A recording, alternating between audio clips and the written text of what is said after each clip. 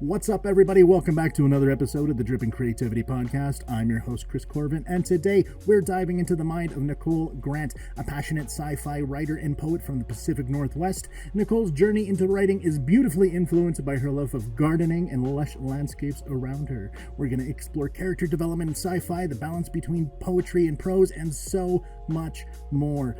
Don't forget to like and subscribe before we get started, because that is how we're going to keep bringing such amazing people to you, and it's just going to be so much fun. So, we're going to jump right into it. Nicole, welcome. Why don't you tell everyone a little bit about yourself? I'm Nicole. I'm from the Pacific Northwest. I have a couple of fur babies that I'm just absolutely obsessed with. That's all I ever want to talk about. But in terms of my projects, I'm a science fiction writer and I'm a poet as well. Definitely. I think that was actually one of the first things I ever saw you on Threads was the Poet War. I love doing those. I haven't seen one in a while. I don't know if I'm just not seeing it in the algorithm or not, but it was so much fun to watch that happen. It was so great. Yeah, we haven't done one in a while. I think we've both just been busy with different things, but I love trying to destroy someone with poetry. Hell yeah. And I love being destroyed too. It's equal. It's such a creative thing, and it gives inspiration to others, because they're like, even me sitting there watching going, could I do one? How would I do it? What would I say? Shit. And it gets the gears turning, and that's it's beautiful. I love it so much. So let's jump right into this. What inspired you to start writing poetry in science fiction? Where did that all kind of stem from? The poetry part was I really have to give credit to Threads.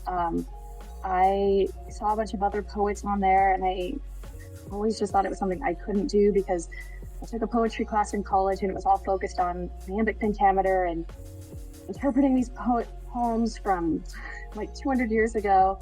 And that's just not really me. But then I, through Threads, saw a new way to look at doing poetry, and I have since discovered that's the way I express myself. If I have a difficult emotion or situation that I don't really know how to talk about it, I can just sit down and write a poem about it. Definitely. And the science fiction? Yeah, and as for my book, I've just always loved sci-fi. I'm kind of surprised I didn't start with a fantasy book though, because that's normally more my genre, but I just had this idea come to me and I just started working on it. Excellent. So, very big into the Pacific Northwest influence here. How has that kind of affected your writing in both the poetry and the science fiction, especially the science fiction, I think? Yeah, I would say a big thing that I love about the Pacific Northwest is gardening. I can garden year round. So I included actually quite a bit of my knowledge with that into my science fiction novel. A big theme is climate change and that we're destroying the world. And so I'm trying to use the knowledge I have or things I've researched and put it in my book. Definitely. And that actually goes extremely well into my next question, which was about gardening and writing. You have a very huge passion for the gardening, which is awesome. Have you been able to find any parallels between gardening and writing that's kind of like has helped you through this, or has it influenced any part of the creative process? I've definitely written some poems about my garden before. And then I just love how, like, when you find an idea, like my favorite part of writing is, I guess I'm more of a quote pantser. I like to just start my book and see where the story takes me. And it's kind of the same thing when I go out to my garden and I'll do my little walk around, see what's going on. And I love seeing the things that have come back over winter, because it always dies back, and they're like, will it live, will it survive? And just the constant surprise. I love that about gardening and writing. Definitely. So let's dive into the science fiction novel here. Why don't you tell us a little bit about it and what it's about? Yeah, so a big theme for mine, as I mentioned, is the environmentalism aspect. And I also really like talking about AI, artificial intelligence. That's The other day, my brother and I talked on the phone for an hour about that. So that's a special interest of mine. And so I wrote a book about that. My character, Iris, comes in contact with these aliens who save her life, but then part of the deal is that she has to live with them and everything. So she's trying to find out what they're up to. Do they have good intentions or bad intentions? And there's also a really cool robot that I love. Everyone's favorite character is the robot. You know what? A good, solid robot that you love is important in every science fiction. Yeah, really right? The element. So then let's talk about the development of the characters and all that. Do you have a particular way that you approach it? It's kind of been one of the things I've been running through the past couple episodes, is looking how people are developing their characters and whether or not the characters come to them, or do you just know what you want to see? I'm definitely more of the character comes to me, and I'll just start writing the situations, and then I start finding the voice of that character too, especially the side characters. I've loved doing that. I have one of the aliens is more of like the Ice Queen type thing, where you're like, she has a heart of gold inside, but she's just so brutal sometimes on the outside. And I also just like to find out what's unique about that character and kind of keep piecing that throughout the novel too. Excellent. Poetry versus prose. How do you balance being able to do the two and jump between them? I know, like me, myself, I'm big into the prose. I really enjoy my 500 character word stories that I do, but not so much on the poetry side. Do you find one is helping the other, or do you prefer just to kind of keep the two different sides of your brain? I don't know that it's helped yet, but one thing that it does help with is sometimes I go through writing slumps, and I can always knock out a poem. So then it makes me feel like I'm still using that part of my brain, even if I can't get up the energy to open up my novel, because right now I'm editing, and that takes a lot of energy for me. Editing sucks, man. I hate it. I would, yes, same. But I would love one day to write a novel that includes my poems, but it just doesn't really work for this project. That's actually a fantastic segue into the future plans you have going forward. Like, are you looking at a way to kind of put a collection of your poetry together, like with the prose? What else do you have on the docket? The book I'm writing right now is a duology, so I definitely want to get that done, because everyone that reads it, it's like, wait, what? What happens next? So I'm like, okay, I better get that done. And then, one day I would love to do a collection of my poems. That's just not quite as urgent for me, but that would be awesome. Definitely. How sci-fi do you get with this story? Let's dive more into this one here. Yeah, I love that question, because I wrote this book to be a book that people who don't really read that much science fiction could read. It's not the topics are heavy, but the book overall has a lighter tone. It's fun. It should be an easy read. It's not going to be one of those books. And I respect those books so much that it's just not me as a writer. Like, it's not going to be this dense book where you're like, wait, who is that character? Where are we at now? And I have to learn a new language practically to understand this book. Much respect to those books, but that's just not me. I wanted to write something fun that people would enjoy reading. And like I should say, I'm sure people love reading those books. It's just not me. We get it. We know.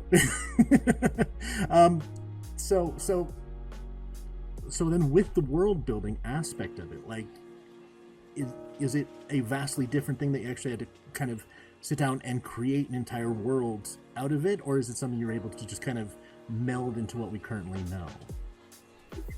The beginning is what we currently know, and then I had to do quite a bit more world building later on, but I really like doing world building as the character discovers it. I didn't want to do too much info dumping. Of course, there's always going to be a little bit here and there, but I wanted it to be more of a character-driven story. That was literally the next question. You're nailing this. So narrative driven or character driven, which I absolutely adore, because I love to fall in love with characters. That's kind of my thing. what would you describe as more of your writing style? Like, what type of inspirations are you pulling from here with your writing? I would say if I were to do a couple of comps for this book, it would be more Star Wars, and I have read quite a few of the Star Wars novels. And it's not a book, but amazing storytelling in the Mass Effect video games. So that's where I feel like I can guarantee I just had about 50 followers that jumped up and were like, what? Because Mass Effect is something very important to many of us in the community. So, that was a good poll. Out of all the polls, that was a good one.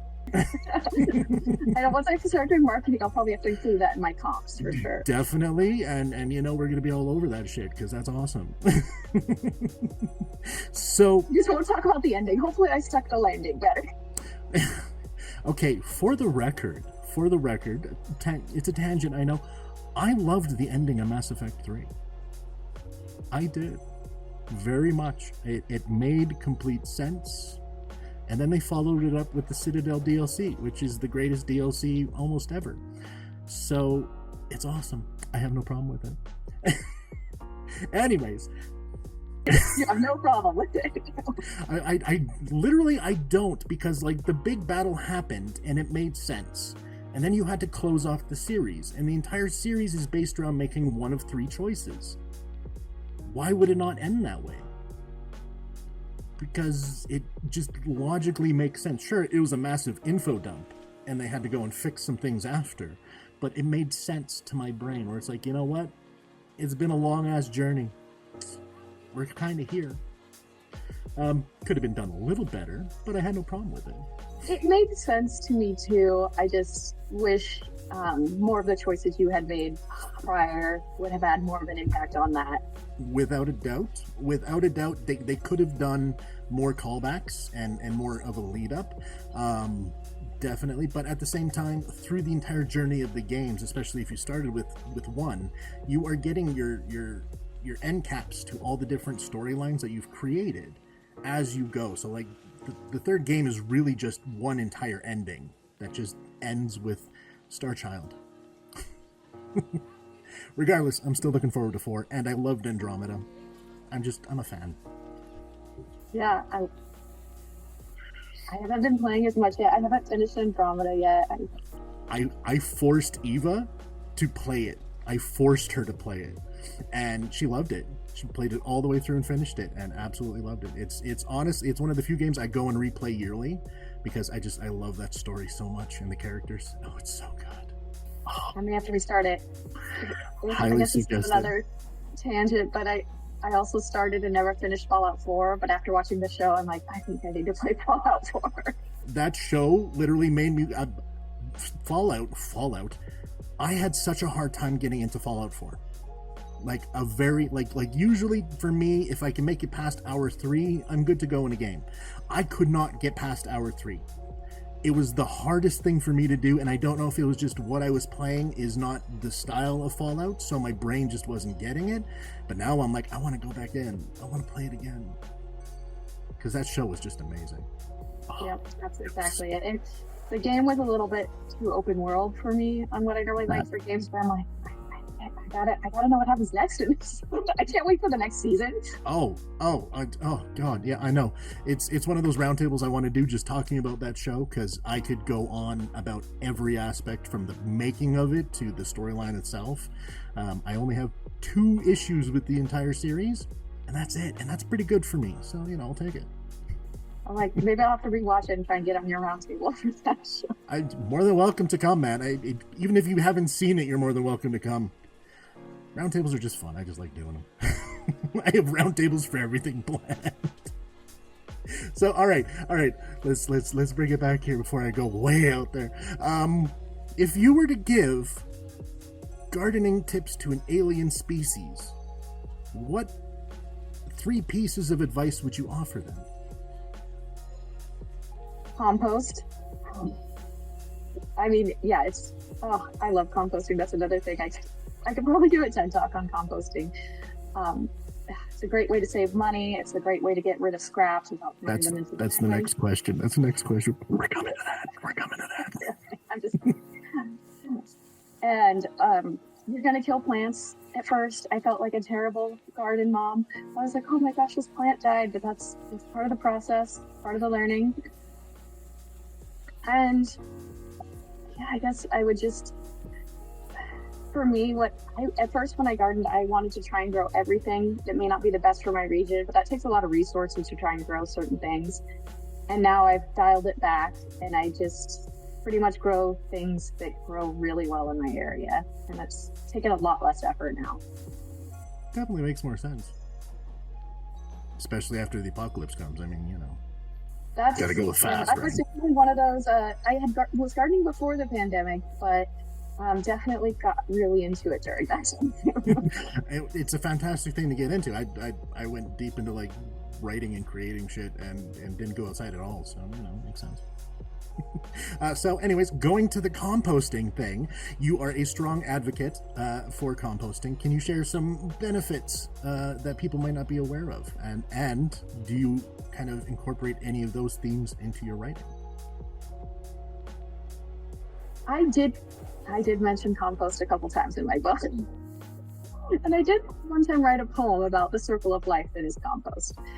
So yes, it has been included in my art. I just love that it reduces waste. Everything we send to the landfill can release methane, all that. This is a better way to get rid of waste and then actually reuse it. And my other composting tip is I have a couple compost machines right now. That's what I call my rabbits. So that's another tip. They are very challenging pets, but if you do have the desire to have rabbits, they make great compost. I actually didn't know that, and I've had rabbits my entire life. So has it affected the creative process in any way? One thing I really like is I struggle with being on my phone quite a bit. I'm trying to get better, but it's a constant struggle. I keep wanting to check and getting alerts and everything. So one thing I do love about being out in my garden is that's normally time when I'm not on my phone. So that actually helps my brain think of like what the next, maybe an issue I've been trying to work through in a current chapter or something, or just actually let me think of ideas versus scrolling on my phone, which is when no creativity happens. It's actually extremely, it's the same reason why I don't play video games right now, is they, as much as I love them, they suck the creativity from my brain. It's like if I'm enjoying someone else's creative thing, I can't do my own. So I haven't touched a video game in a very long time now. Not because I don't love them, because I do and I want to every day. It's just I have too many things I have to get done, and if I'm playing, I'm not creating. So I get that. So poetic science. What are your thoughts on merging the two? Oh, you like my two genres? Yeah, so like the lyrical nature of poems with the extremely technical realms of science fiction. How? I think, yeah. So with my poems, a lot of them I try to make to where it flows and they're easy to understand. And of course, there's going to be things I've heard people's interpretations of my poem, and I'm like, that's not what I meant, but that's cool that you got there from my poem. And I also feel like that's how I write my prose as well. I want to make it to where you can understand what's going on and it flows. Flow and rhythm is very important to me. 100%. So that actually goes into a question or a comment that I had with somebody else, where it was like, what are your thoughts on telling the public about how you wrote it, or why you wrote it, like the inspiration behind writing something, and if it differs from how they perceive it, does that bother you that they're taking it the wrong way, or are you expecting them to see their own way? I love this because I think at first I almost wanted to correct people and say like, no, no, no, that's not what I meant. But now I really like it. And like this, like once I create it, it's kind of for everyone and they can then interpret it how they want it. Just like with a painting too, you know, of course there'll be scholars who say, well, they meant this, but no one really knows but the artist what the true meaning behind it was. Yeah, I agree. It's for me, I know what something I create is always going to mean to me. And if you can read something that I create or watch something I create and get something different out of it that affects you, then I did my job as a creator in creating emotion within you for whatever reason. And yeah, no, it's as soon as it's out of your hands, it's no longer yours. You know? I love the way you put that too, because it's like, if I did correct people and be like, no, I was talking about this specific thing, only people who had experienced that specific thing can really relate to it. Yeah, and be for everyone. And by telling somebody, you're narrowing the possibilities of what it could be. So yeah, interpret away.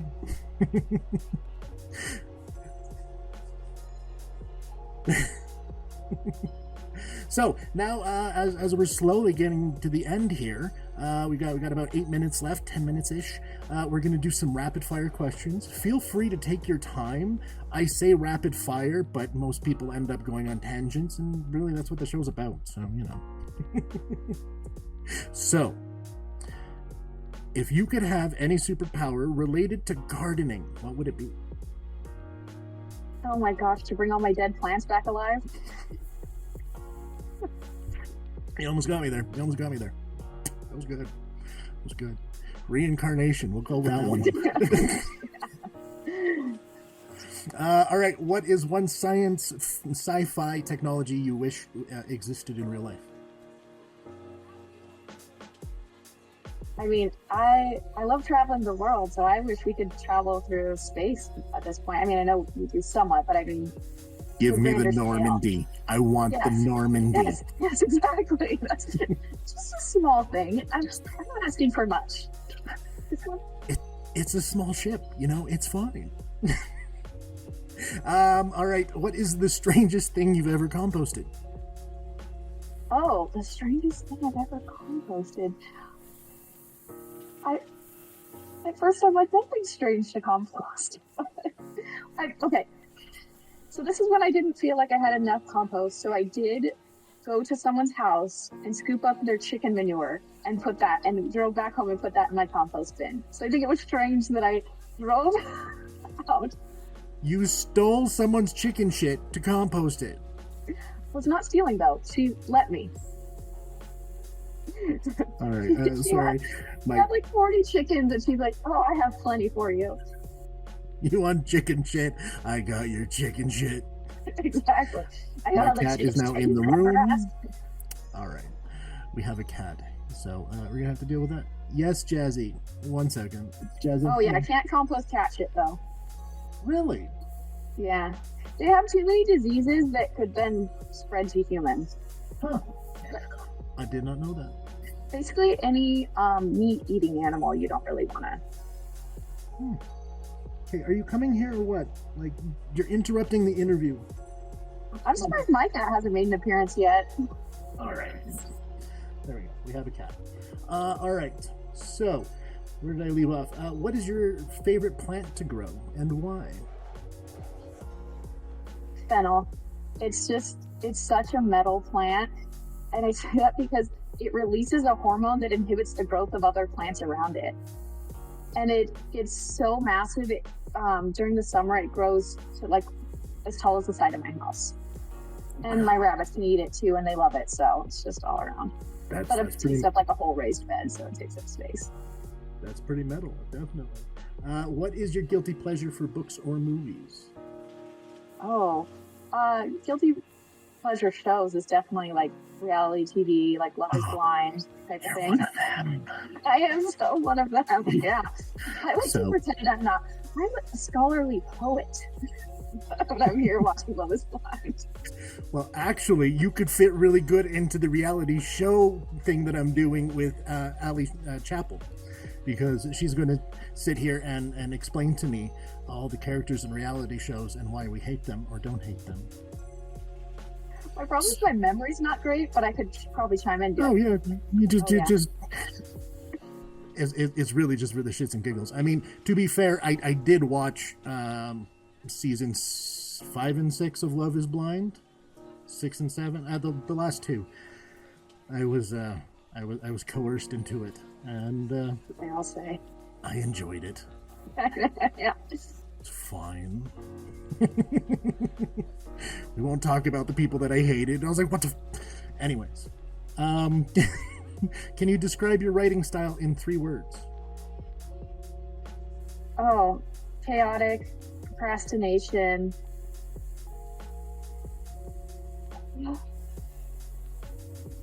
Funny.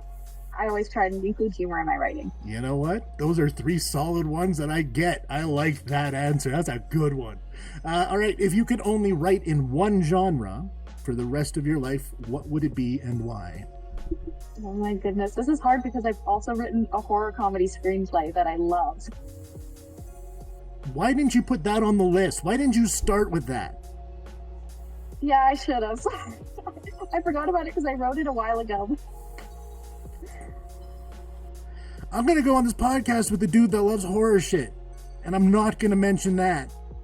I saved it for the end. Oh, making sure I bring you back. I see what's happening. I see. Twist at the end. So, one genre. Actually, my husband's favorite thing that I've written. He loves it. He's like, they need to make this movie. So, yeah.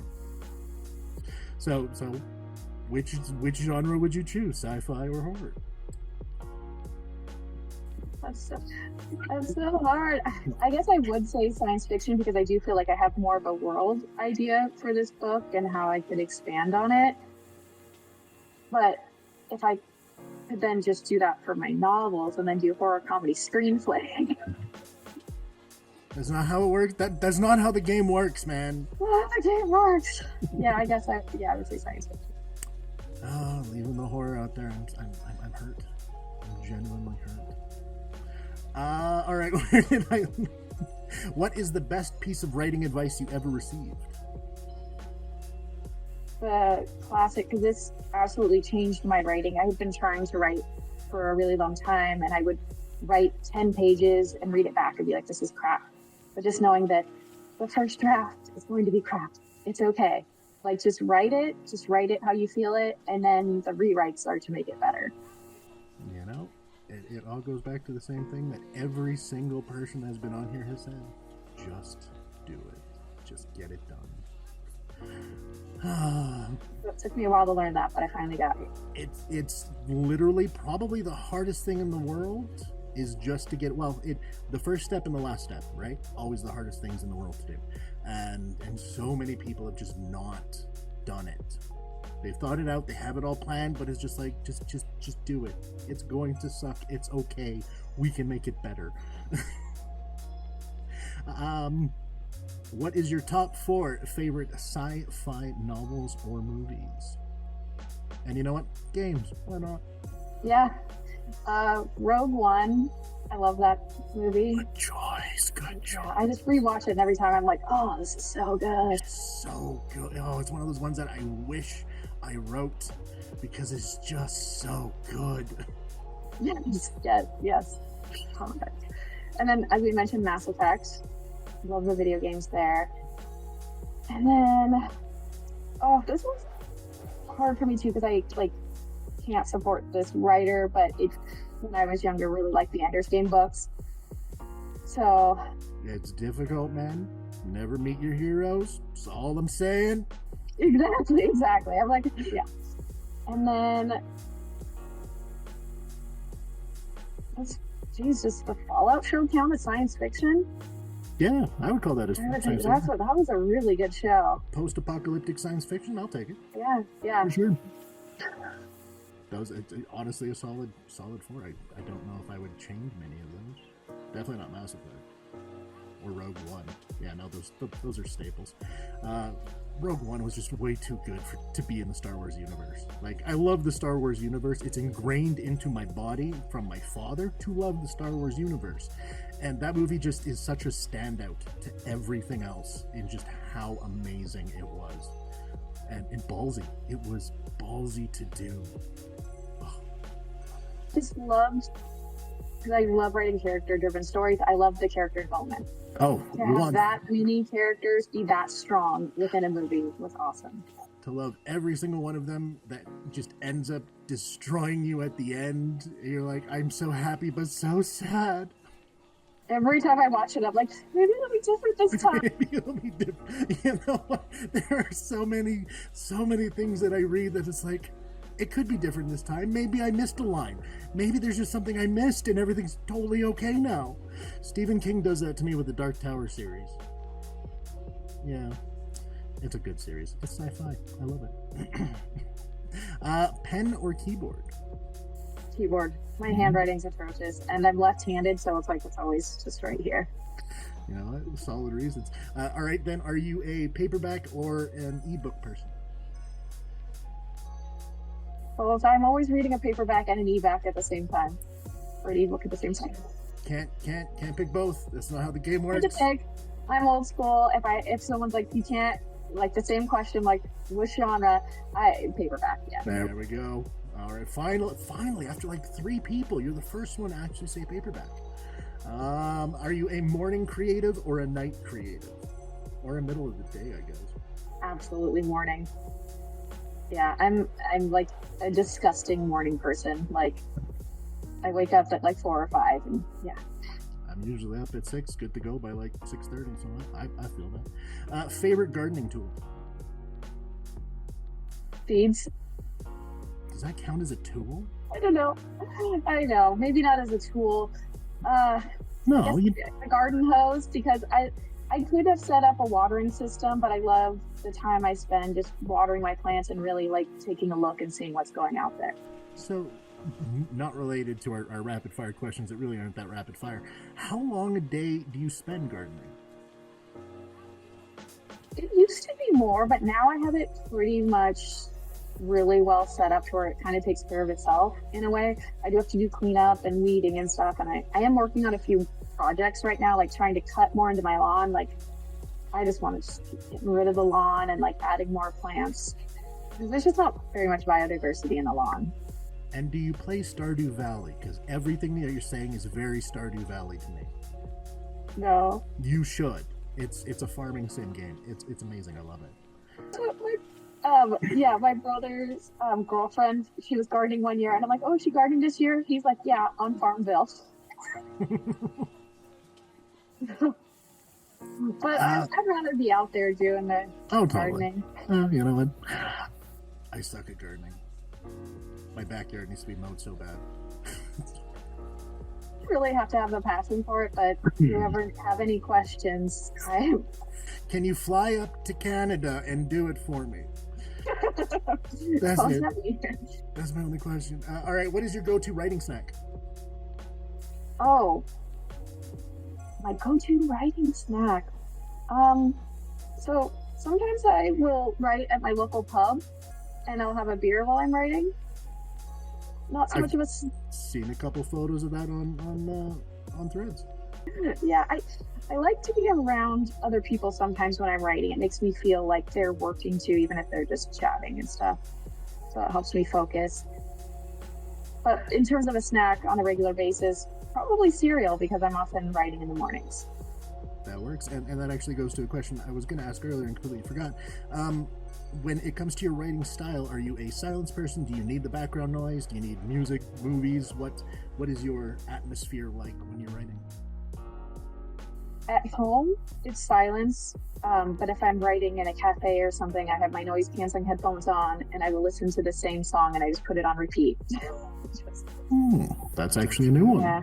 I like that. Coffee or tea? Oh, used to always be tea. In fact, this is tea right here. Oh, and I forgot. I thought you would like this. It's called Creativity. Oh, I love that. That's so good. That's the one I picked today for you in this interview. But every morning I have coffee. Coffee's the way to go. I don't care what anybody says. All right, and then finally, the final question here: where can everyone find you? On Threads and Instagram, my handle is Fiery Feeds Brilliant Reads. I'll probably rebrand at some point, but originally I started those pages because I thought, and I did a couple of these, and the videos are still up, but I thought I'd review books while eating extremely spicy foods because I love spicy foods. But I haven't really done that in a while. I've kind of switched things. But for now, you can find me at Fiery Feeds Brilliant Reads. And if you're watching the video, you just saw a light go out in my head on something we can do together. If it involves spicy food, I'm in. Oh, I can make that shit work. Oh yes, I still have like 2 or 3 days open of the week where we can do shit for the cafe for Dripping Creativity. We can make that shit work. We'll talk. Okay. That sounds fun. And then finally, the final thing to do is just say goodbye to everyone. Yeah. Goodbye, everyone. That is a wrap on this enchanting episode of Dripping Creativity. A heartfelt thank you to Nicole for sharing your journey and insights. Don't forget to follow her on Threads and Instagram. And to our wonderful listeners, thank you so much for joining us. If you enjoyed this episode, don't forget to like, subscribe, leave a rating wherever you happen to be listening to.